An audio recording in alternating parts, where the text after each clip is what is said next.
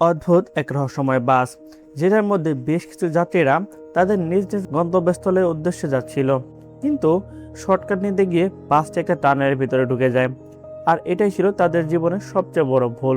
কারণ এই টানেলের ভিতরে ঢোকার পর তারা বারবার একই জায়গাতে ফিরে আসছিল। অর্থাৎ তারা সবাই বাসটি নিয়ে যতবারই টানেল থেকে বের হওয়ার চেষ্টা করছিল, ততবারই বাসটি টানেলের শুরুর দিকে এসে থামছিল। এভাবে সেই টানেলের ভিতরে যাত্রীরা ফেঁসে গিয়েছিল ভয়ানক এক টাইম লুপের মধ্যে, যেখান থেকে তারা শত চেষ্টা করলেও বের হতে পারছিল না। কিন্তু শেষ পর্যন্ত তাদের সঙ্গে কি ঘটেছিল? তারা কি এই ভয়ানক টানেল সার্ভাইভ করে বেঁচে ফিরতে পেরেছিল? আর কি বা রহস্য রয়েছে এই টানেলের পিছনে, সেটাই আমরা দেখব আজকের এই মুভির গল্পে। তাহলে চলুন চ্যানেলটা সাবস্ক্রাইব করে দিয়ে ভিডিওটা শুরু করি। গল্প শুরু হয় চায়নার এক শহরে, যেখানে আমরা লিলি নামের একটা মেয়েকে দেখতে পাই। লিলি তার গাড়ি করে কোন এক জায়গার উদ্দেশ্যে যাচ্ছিল, কিন্তু হঠাৎ করে একটি নির্জন জায়গায় এসে তার গাড়িটা নষ্ট হয়ে যায়। ঠিক তখনই সেখানে একটা গাড়ি করে ইথান নামক একটা ব্যক্তি চলে আসে, যাকে দেখে বেশ ভালো মানুষ মনে হচ্ছিল। ইথান তখন লিলির কাছে জানতে চায় যে তার কি হয়েছে। লিলি তখন তার গাড়িতে লিফট চায়, কিন্তু ইথানের গাড়িতে ওঠাই ছিল লিলির জীবনের সবচেয়ে বড় ভুল। যখন সে গাড়িতে বসে সিট বেল্টটা ঠিক করতে যায়, তখন তার হাতের সঙ্গে খুবই ঠান্ডা একটা হাতের স্পর্শ লাগে। সে বুঝতে পারে যে গাড়ির কোনো ডেড বডি রয়েছে। এতে করে লিলির কাছে মনে হতে থাকে সে হয়তো কোনো সিরিয়াল কিলারের গাড়িতে উঠে পড়েছে। কিন্তু এই বিষয়টা বুঝতে তার অনেক দেরি হয়ে যায়। কিছুক্ষণ পর দেখা যায় ওখানে একটা নির্দিষ্ট জায়গায় গাড়িটা থামানো হয়, আর সে ওখানে লিলিকে খুব নির্মমভাবে মেরে ফেলেন। এরপর দেখতে দেখতে প্রায় কয়েকদিন সময় পার হয়ে যায়। এবার ওখানে আমরা আরেকটি বাস দেখতে পাই, যেখানে বেশ কিছু যাত্রী কোনো এক জায়গার উদ্দেশ্যে যাচ্ছিল, আর তারা প্রত্যেকেই তাদের নিজ নিজ কাজে ব্যস্ত ছিল। তবে যাত্রীদের মধ্যে আমরা জিম নামের একজন ব্যক্তিকে দেখতে পাই। তাদের বাসটি যখন মুভির শুরুতে দেখানো জায়গা ছিল, ঠিক তখনই জিম তার বাসের ড্রাইভারকে বলে, আচ্ছা, আমি শুনেছি কিছুদিন আগে এখানে একজনকে মার্ডার করা হয়েছে।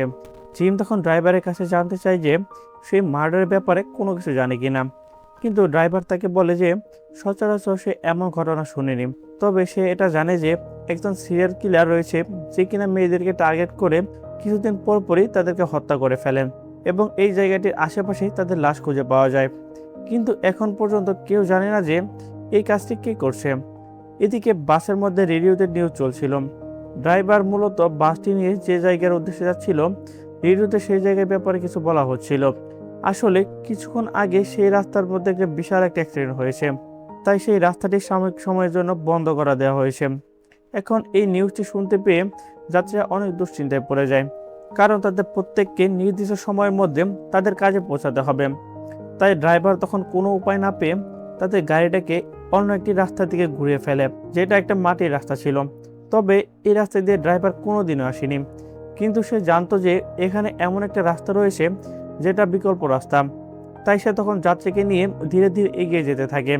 তবে কিছু দূর যাওয়ার পরে দেখা যায় একটা সামনে বিশাল বড় টানেল, যেটা থেকে ড্রাইভার নিজেও একটু অবাক হয়ে যায়, কারণ সে কখনো শুনেনি এই রাস্তায় টানেল আছে।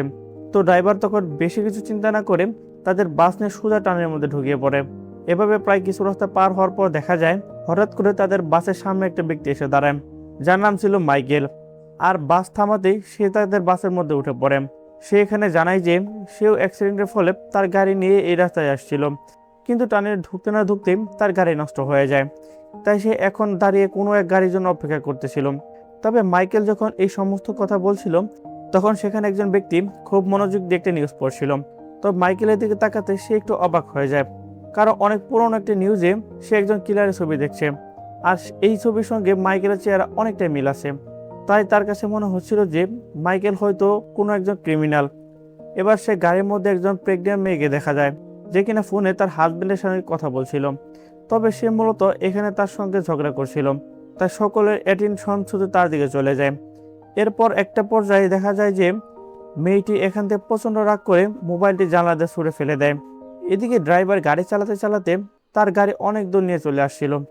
আর এই পর্যন্ত এসে ড্রাইভারের কাছে একটা বিষয় খুবই অবাক লাগছিল, সেটা হলো প্রায় অনেক সময় পার হয়ে গিয়েছে, কিন্তু এখন পর্যন্ত টানেলটি শেষ হওয়ার কোনো নামই নিচ্ছে না। তারপর ড্রাইভার চুপচাপ তার গাড়ি চালিয়ে যাচ্ছিল। কিন্তু গাড়ি চালাতে চালাতে যখন আরও 20 মিনিট পার হয়ে যায়, তখনও যাত্রীরা এই বিষয়টি লক্ষ্য করতে পারে। তারা বুঝতে পারে যে টানেলের রাস্তাটি শেষ হচ্ছে না। এমন সময় সেখানে মাইক নামের একজন ব্যক্তি সবাইকে বলে যে একজন টানেল ইঞ্জিনিয়ার, এই শহরের প্রত্যেকটা টানেল ম্যাপ সম্পর্কে জানা আছে। সে কখনো এই টানেলকে ম্যাপের মধ্যে দেখেনি। তাদের দেশে যে সবচেয়ে বড় টানেলটি রয়েছে সেটা এই গতিকে পার করতেও এত সময় লাগবে না। এসব কথা শুনে সবাই একটু ভয় পেয়ে যায়। এমনকি তারা বুঝতে পারে যে এই টানেলের মধ্যে কোনো ঝামেলা রয়েছে। তাই যাত্রীরা এখানে কোনো সময় নষ্ট করে ড্রাইভারকে বলে দ্রুত গাড়িটিকে ঘুরিয়ে ফেলতে। ড্রাইভারও তখন দ্রুত ইউটার্ন নিয়ে ফেলে। কিন্তু বাসটি যতই সামনের দিকে এগিয়ে যাচ্ছিল ততই যেন ভয় তাদেরকে গ্রাস করে ফেলছিল। কারণ এই টানেলের রাস্তা হুবহু একই রকম রাখছিল, অর্থাৎ রাস্তাটি যেন শেষই হচ্ছিল না। তাদের এই ভয় আরো বেশি বেড়ে যায়।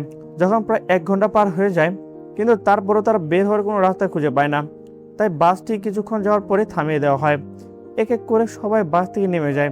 আর সেখানে যে প্রেগনেন্ট মহিলাটা ছিল সেই মহিলাটি বাস থেকে নেমে সেখান থেকে তার ফোনটি দেখতে পায়, যেটা তার হাজবেন্ডের সঙ্গে ঝগড়া করে বাইরে ফেলে দিয়েছিল। তবে মেয়েটি এখানে তার ফোনটি থেকে ভয় পেয়ে যায়, কারণ তার এখনো পুরোপুরি ভাবে মনে আছে সে যখন এই ফোনটি ছুঁড়ে ফেলেছিল তখন এই জায়গাটি থেকে টানেলের রাস্তা পরিষ্কারভাবে দেখা যাচ্ছিল। কিন্তু এখন ফোনটি যেখানে পেয়েছে সেখানে টানেলের রাস্তার কোনো অস্তিত্বই নেই। আর কোনো সাধারণ রাস্তাতে এভাবে গায়েব হয়ে যাওয়া সম্ভব নয়। যাত্রীদের মধ্যে এন্টি নামক একটি স্কুল পড়ুয়া ছেলে ছিল, যে কিনা তার বোনের সঙ্গে বাসে উঠেছিল। তো এন্টি এখানে সবাইকে একটা অদ্ভুত তথ্য দেয়। সে সবাইকে জানায় যে বাসে ওঠার পর সে একটা বিষয় লক্ষ্য করেছিল। সেটা হলো এই টানেলের মধ্যে যে ল্যাম্পপোস্টগুলো রয়েছে সে প্রত্যেকটি ল্যাম্পের কাছে একটি করে ল্যাম্পের দূরত্ব 3 মিটার। আর এভাবে 50টি ল্যাম্প পার হওয়ার পরে যে ল্যাম্পগুলো ছিল সেগুলো আবার একটার কাছে আরেকটা দূরত্ব ছিল 4 মিটার করে। আর বাসের গতি আর সময়ের উপর ভিত্তি করলে দেখা যায় তারা এখন পর্যন্ত 74টি ল্যাম্প পার করে ফেলেছে। এমনকি ভালোভাবে ক্যালকুলেট করলে দেখা যায় যে তারা যতক্ষণে ফিরে আসতে শুরু করেছিল ততক্ষণে প্রায় 246 মিটার রাস্তা পার করা সম্ভব। কিন্তু তারা এতক্ষণ সময় ধরে শুধুমাত্র 60 থেকে 70 মিটার রাস্তা পার করতে পেরেছে। অর্থাৎ রাস্তাটি কোনো না কোনোভাবে একটা গতির উপর আটকে আছে। মাইকেল তখন দ্রুত বাসে চলে যায়। বাসের ভিতরে তার ব্যাগের মধ্যে একটা সুতোর পুটলি ছিল। মাইকেল তখন সেটাকে বের করে নিয়ে আসে। এরপর সেই সুতোর একটা প্রান্ত সবাইকে ধরিয়ে দেয় আর এক প্রান্ত নিয়ে এগিয়ে যেতে শুরু করে, যদিও তারা নিজেও বুঝতে পারছিল না যে তারা এখানে কি করছে। তারপরে তারা সবাই এখান থেকে বের হওয়ার কোনো না কোনো উপায় বের করতে যাচ্ছিল। তবে মাইকেল যখন সুতোটি আরেকটু প্রান্ত নিয়ে অনেক দূর চলে আসে ঠিক তখনই দেখা যায় হঠাৎ করে চারপাশে অদ্ভুত এক ধোঁয়াতে ভরে যায় এবং দেখতে পায় ধোঁয়ার পরিমাণ এত বিশেষ বেড়ে যায় যে সামনে কোনো রাস্তা আছে কিনা সেটা বোঝা যাচ্ছিল না। তারপর মাইকেল নিজের মতো করে এগিয়ে যেতে থাকে, কিন্তু কিছু দূর যাওয়ার পরে তাদের সুতার দৈর্ঘ্য ছোট হয়ে যায়। তবে এমন সময় মাইকেল রাস্তার মধ্যে একটা জিনিস লক্ষ্য করে। সে দেখতে পায় সেখানে বড়শি লাগানো আর সুতোটা বেশ লম্বা ছিল। তাই কোনো কিছু চিন্তা না করে সুতোটাকে তাদের সুতার সঙ্গে বেঁধে ফেলে। কিন্তু এখানে ঘটে যায় এক রহস্যময় ঘটনা।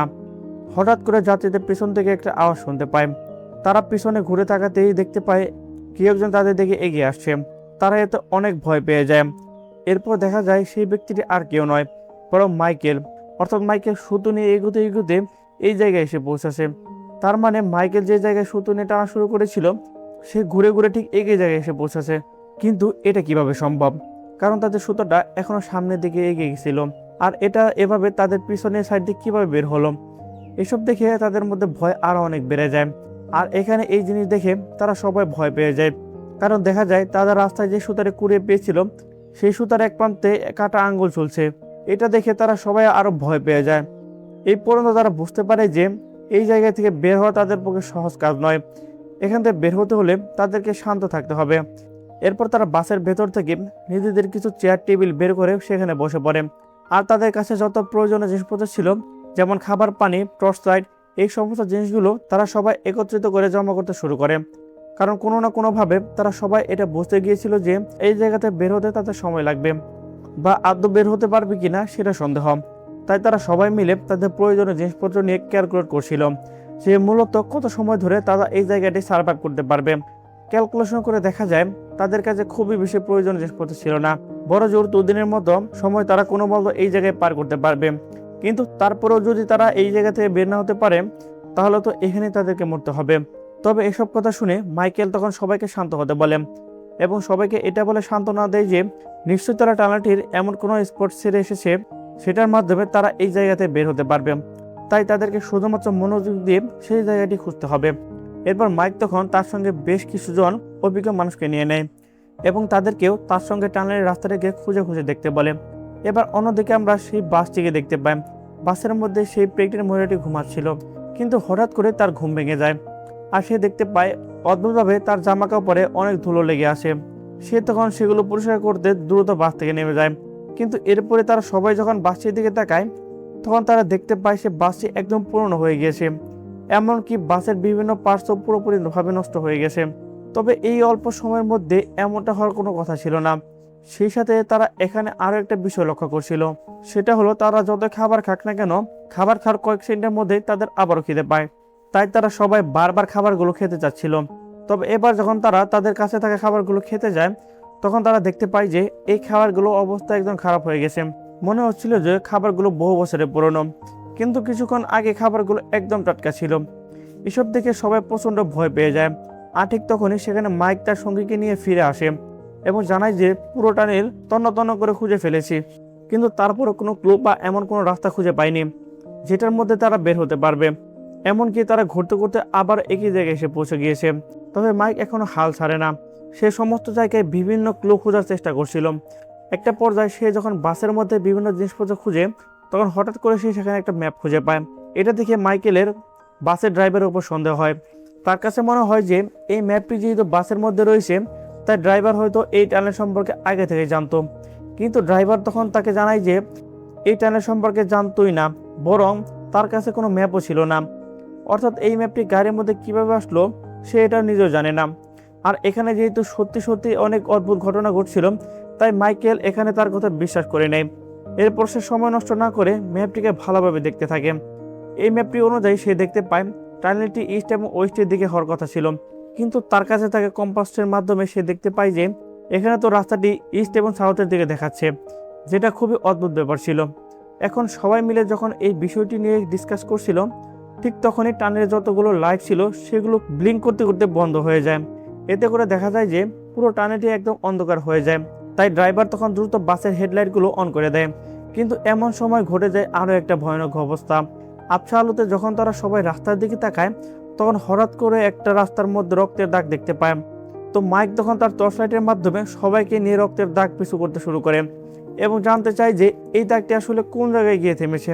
কিছুক্ষণ পার হয়ে দেখতে পায় এই দাগটি দেয়ালের দিকে থেমেছে, যেটার অপর প্রান্তে আর কোনো রাস্তা ছিল না। যে যাত্রী টানেলের ইঞ্জিনিয়ার ছিল সে এখান থেকে তাদের সঙ্গে নেই। সবাই এটা দেখে অনেক ঘাবড়ে যায় এবং বুঝতে পারে যে তার সঙ্গে কোনো কিছুই হয়েছে। কিন্তু এই রক্তের দাগ এখানে শেষ হয়ে যাওয়ার মানেটা কি, এটা কারো মাথায় ঢুকছিল না। এদিকে সেই ড্রাইভার মাইকেল এবং বাকি সবাই সেই দাগটিকে মনোযোগ দিয়ে দেখছিল আর প্রায় বেশ কিছুক্ষণ ধরে এই দেয়ালটির উপর পর্যবেক্ষণ করে। তারা বুঝতে পারে যে দেয়ালটি একটা নকল দেয়াল। এরপর দেয়ালটি ভাঙতে দেখা যায় পিছনে একটা রাস্তা খুলে যায়। সবাই তখন এক এক করে ঢুকে পড়ে, কিন্তু সেখানে ঢোকার কিছুক্ষণের পরই তারা যেন অন্য জায়গায় চলে আসে। দেখা যায় দেয়ালটির পিছনে অদ্ভুত একটা রুম রয়েছে। রুমটিতে কিছু পুরনো নিউজ পেপার, অ্যাস্ট্রোনটদের কিছু পুরনো ছবি এবং বাকি সমস্ত কিছু বেশ পুরনো জিনিসপত্র। তারা সবাই এই জিনিসগুলো দেখে বুঝতে পারে যে এগুলো বর্তমান সময়ের কোনো জিনিস নয়।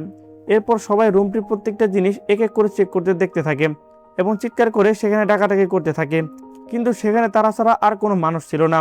এদিকে ঠিক এমন সময় তাদের সঙ্গে যে প্রেগনেন্ট মহিলাটি ছিল সে লক্ষ্য করে যে তার গর্ভের সময় অনেক দ্রুত বাড়ছে, কারণ যখন সে বাসে উঠেছিল তখন সে ছিল মাত্র 4 মাসের গর্ভবতী। কিন্তু এখন যেন মনে হচ্ছিল প্রত্যেকটা মিনিট মিনিট তার পেটের আকৃতি বাড়ছে, আর তার পেট এখন এতটা বড় হয়ে গিয়েছিল যে তার কাছে মনে হচ্ছিল যে তার ডেলিভারির সময় চলে এসেছে।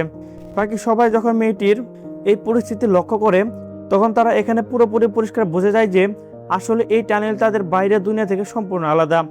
এখানে সত্যি সত্যি সময় অনেক দ্রুত কেটে যাচ্ছে, কারণ কিছুক্ষণ আগেও তারা দেখতে পেয়েছিল তাদের বাসটি কিভাবে পুরনো হয়ে গিয়েছে, এমনকি তাদের কাছে যে সমস্ত খাবারগুলো ছিল সেগুলো কিভাবে নষ্ট হয়ে গিয়েছে।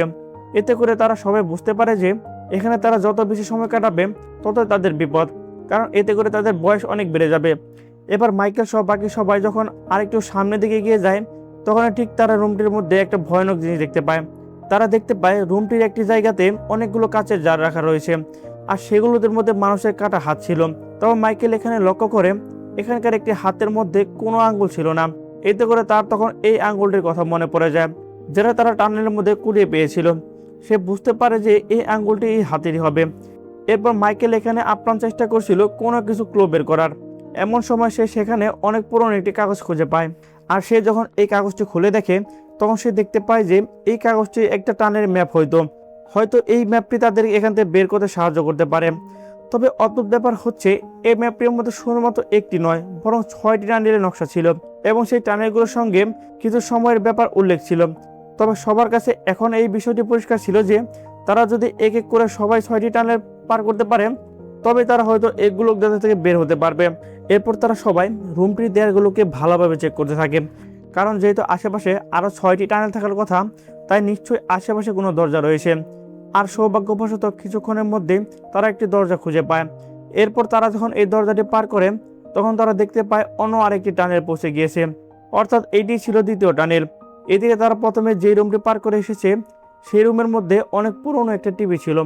এখানে দেখা যায় টিভিটি হঠাৎ করে একা একা অন হয়ে যায়, আর টিভির মধ্যে একটা পুরনো ফুটেজ দেখা যায় যেখানে একটা মেয়েকে কোনো পাহাড়ের গুহায় আটকে রাখা হয়েছে, আর সেই জায়গাটিতে অনবরত পানি পড়ছে। মেয়েটি এখানে চিৎকার করে সাহায্য চাইছিল। তবে এই ব্যাপারটি মাইকেল আর বাকি কেউ লক্ষ্য করে না। এরপর এই মেয়েটির চেহারা পরিষ্কার বোঝা গেলে দেখা যায় এই মেয়েটি আর কেউ নয়, বরং এটা হচ্ছে লিলি, যাকে আমরা মুভির শুরুতে দেখছিলাম, অর্থাৎ যাকে এই সিরিয়াল কিলার মেরে ফেলেছিল। আর এখানে একটা বিষয় পুরোপুরিভাবে পরিষ্কার হয়ে যায় যে সেই সিরিয়াল কিলারের সঙ্গে হয়তো এই টানেলের কোনো গভীরভাবে সম্পর্ক রয়েছে। এবার অন্যদিকে সবাই দ্বিতীয় টানেলটিকে ঘুরে দেখছিল। দেখা যায় এই টানেলের আশেপাশে অনেক ময়লা আবর্জনা পড়ে আছে, দেখে বোঝা যাচ্ছিল যে এটা একটা পরিত্যক্ত টানেল। এদিকে মাইকেল ড্রাইভারের সঙ্গে টানেলের সম্পর্কে কথা বলছিল, আর কথা বলার এক পর্যায়ে মাইকেল ড্রাইভারের কাছ থেকে জানতে পারে যে তাদের সঙ্গে যে জিম নামক যাত্রী রয়েছে সে তাকে বাসে উঠে একটা সিরিয়াল কিলারের কথা বলেছিল, যার কাজ নাকি হচ্ছে মেয়েদেরকে মেরে ফেলা। এবার এর কথা শুনে মাইকেল এক এক করে সবাইকে ঘুরে ঘুরে দেখছিল, তবে সে এমনটা কেন করছিল সেটা আমরা সামনে জানতে পারবো। এরপর সবাই দ্বিতীয় টানেলের রাস্তা দিয়ে এগিয়ে যেতে শুরু করে, আর কিছু দূর আসার পরই তারা এই টানেলে তাদের সেই বাসটি দেখতে পায় যেটাকে তারা প্রথম টানেল থেকে রেখে এসেছিল। আর বাসটির অবস্থা এখন অনেক বেশি খারাপ ছিল। এখন মনে হচ্ছিল যে আগের টানেলের তুলনায় এখানকার সময় বেশি দ্রুত এগোচ্ছে। কিন্তু এখানে আবার একটা উল্টো ঘটনা ঘটে যায়। ড্রাইভার যখন বাসে উঠে সেখানকার খাবারগুলো চেক করতে শুরু করে, এখন দেখা যায় খাবারগুলো আগের চাইতে অনেক বেশি ফ্রেশ হয়ে গিয়েছে। এরপর এমন সময় মাইকেল বাসের মধ্যে বন্দুক খুঁজে পায়। তার কাছে মনে হয় যে এই পরিস্থিতি বন্দুকটি তার কাজে আসতে পারে, তাই সে বন্দুকটিকে তার কাছে রেখে দেয়। কিন্তু এমন সময় দেখা যায় যে এখানে সবাই বেশি খিদে পেয়েছিল, তাই বাসের ফ্রেশ খাবারগুলো দেখে একদম পাগলের মতো হয়ে যায়। একটা সময় খাবার নিয়ে তাদের মধ্যে ঝামেলা শুরু হয়ে যায়, আর এই পরিস্থিতি দেখে ড্রাইভার নিজে এখানে একদম বদলে যায়। সে যেন এখন পুরোপুরিভাবে একজন সাইকো হয়ে ওঠে। সে তার কাছে থাকা বন্দুক তাক করে সবাইকে ভয় দেখিয়ে বলে যে যার কাছে যা কিছু আছে সব যেন তাকে দিয়ে দেয়, তা না হলে সবাইকে এখানে তাকে মেরে ফেলবে। সবাই এখন ভয় পেয়ে তাকে সমস্ত খাবার পানি দিয়ে দেয়, আর ড্রাইভার সবকিছু এখন নিজের কাবড়াতে নিয়ে নেয়। এমনকি সে সবাইকে হুমকি দেয় এখন থেকে নাকি সবাইকে তার কথাই শুনতে হবে, তা না হলে তাদের মৃত্যু নিশ্চিত। এরপর ড্রাইভার যখন চলে যায় তখন দেখা যায় বাসের একজন যাত্রী তার জন্য সেখানে বসেছিল, আর এই যাত্রী যখন জানায় যে তার নাম হচ্ছে সারা, এরপর সে এখানে ড্রাইভারকে নিজের রূপের জালে ফাঁসাতে শুরু করে এবং তাকে জানায় যে তার অনেক বেশি খিদে পেয়েছে। সে যদি তাকে খাবার খেতে দেয় তাহলে সে যা চাইবে তার সঙ্গে তাই করবে। ড্রাইভার কি সারার ফাঁদে পা দেবে নাকি তাকে গুলি করে মেরে ফেলবে? আরও সামনে কি কি ঘটতে চলেছে? তারা কি এই টানেল থেকে বের হতে পারবে নাকি তাদের মৃত্যু এখানে নিশ্চিত? সেটা আমরা জানাবো পরবর্তী ভিডিওতে। তো এই ভিডিও এই পর্যন্তই। যদি পরবর্তী ভিডিও দেখতে চান তাহলে অবশ্যই চ্যানেলটা সাবস্ক্রাইব করে রাখবেন। তো পরবর্তী ভিডিও খুব শীঘ্রই চলে আসবে। সে পর্যন্ত সবাই ভালো থাকবেন, সুস্থ থাকবেন। আল্লাহ হাফেজ।